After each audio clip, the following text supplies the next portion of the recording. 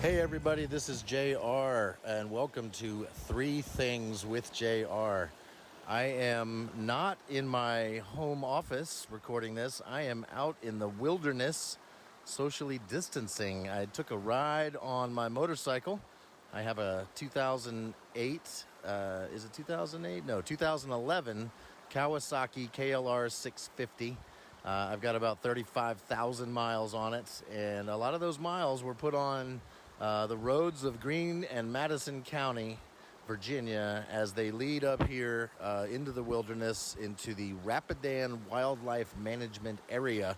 And that's where I am sitting right now. And so these three things will be all related to that. Thing number one, camping. We used to go camping up here all the time, twice a year. I've probably been camping up here in the RWMA 40 or 50 times, and absolutely loved it. It was a tradition. It was a thing. My dad would come with us, my ex-wife Angela, Allison, Chester sometimes, and my good friend Darren from Northern Virginia, and he'd bring his two kids, Daniel and Gabriel, and we would just hang out for a weekend. I think the highlight of camping for us was sitting around the fire, staring at the fire, and talking about stupid stuff, whatever came to mind. And we would play games, and we would sit around the fire for hours and hours throughout the day, throughout the evening, and late into the night. It was not uncommon for us to be up at the fire, chit-chatting about the deeper meaning of life until 2 or 3 or 4 in the morning. And the colder the better, because if it's cold, the fire makes it warm, and that contrast of cold and warm just feels amazing. We would come up here usually in the spring, in like late spring, April, May, that sort of time, and that's where I'm up here right now. It's currently the end of April, and I've ridden the motorcycle to our actual campsite, and I'm hanging out here.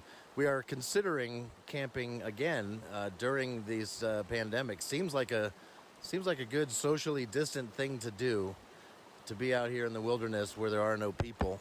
There are actually some people up here hiking and bird watching, and I believe it's turkey hunting season right now. So there's people up here, but not a lot of people camping.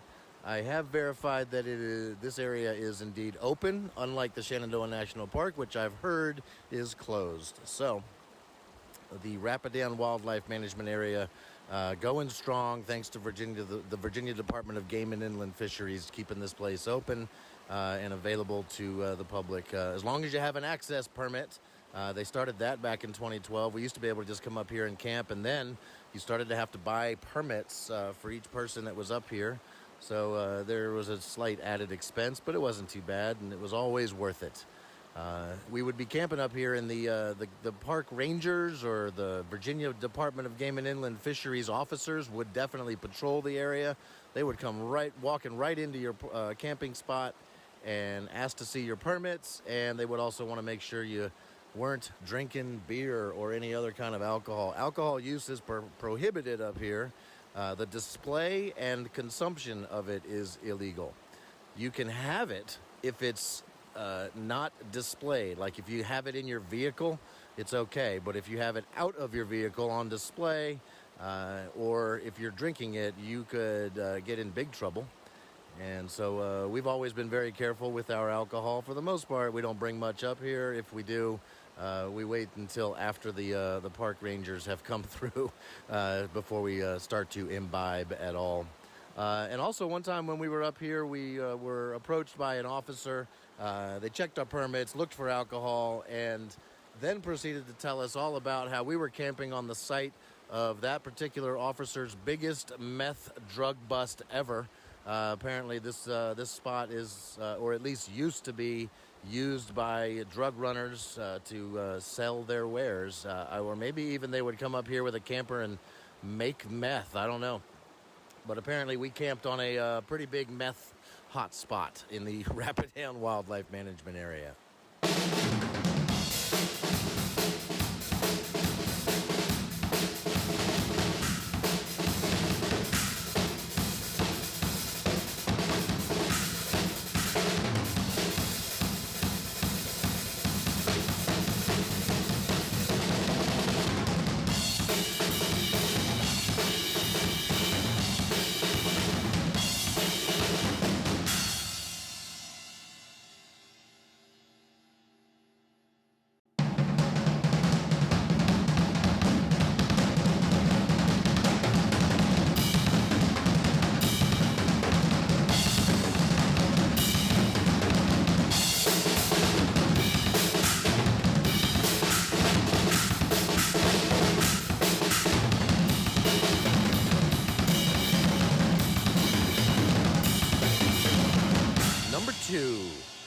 Music. Music while camping was tough because none of us played guitar. And we really wished we could play guitar. I play the drums. Drums is harder to bring to a campsite. And it's generally just speaking, just not a good idea. So I would leave the drums at home, and we would sing songs. We would play songs on a Bluetooth speaker, and for the most part, that was kind of it. You could maybe get in a radio station. Darren's kids would often bring a little AM/FM radio, and they would try to pull in some radio stations. So we got to listen to some music up here, but music really wasn't the focus of our camping.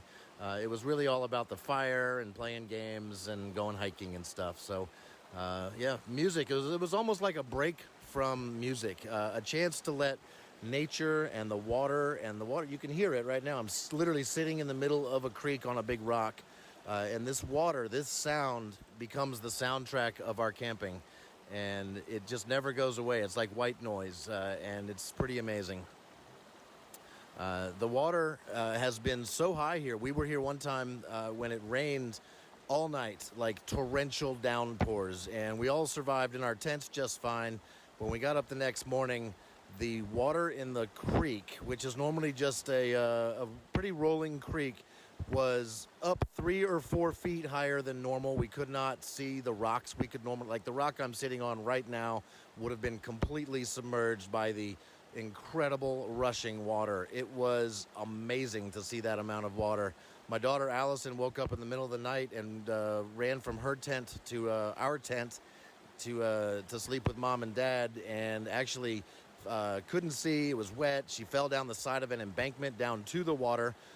Luckily, before the water had risen too much, and she somehow heroically climbed back up the 10-foot embankment in the mud in her socks and got into our tent. And the next morning, she showed us where she was and what she had done, and it was just an unbelievable feat that she had somehow not gotten hurt falling or climbing back up. So that is a very memorable time from one of our camping trips.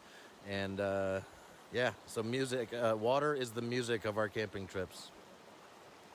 Number 3, we had some rules when we were camping, and I don't remember most of them, but the main rule was that if you belch or fart while camping, you are not to say excuse me. In fact, it is to be complimented and rated. Belching and farting is not something that we see as disgusting while camping. We see it as a necessary part of life that should be celebrated because belches and farts sound funny. They're awesome. The louder and the squirtier, the better. So belching and farting at our camping site was a rule, and we had to tell people that we would bring friends and people that would join us that didn't always go camping with us, and we had to make sure they understood this very important rule. If you apologized, it was frowned upon. You didn't really get in any trouble. We didn't throw rocks at you or spit on you or anything like that, but we definitely reminded you, hey, this is not something to apologize for or even say excuse me. It is something to be celebrated. In fact, would you mind doing it again as soon as possible, because that fart sounded amazing. That was kind of how it worked. So that's 3 things, Rapidan Wildlife Management Edition. I hope this sounds okay with this water flowing by, but we'll find out when I get home and I check the recording. For now, though, I'm just going to sit here in this creek and maybe read a book and drink my chai tea latte, and then hop back on the motorcycle and ride home. And I am really glad I came up here today. Thank you so much for listening. I'm JR. This is 3 Things with JR. We'll see you next time.